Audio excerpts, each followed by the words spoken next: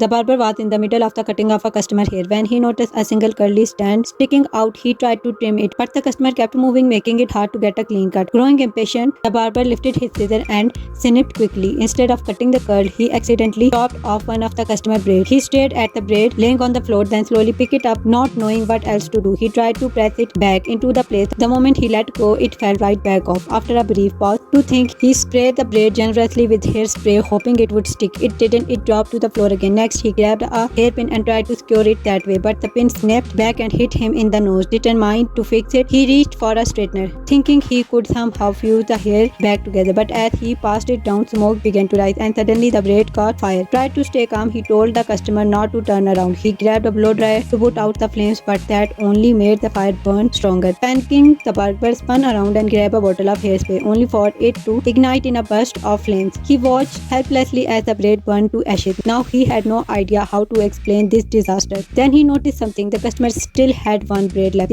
An idea struck him. Carefully, he repositioned the remaining braid to the center of her head and adjusted it neatly.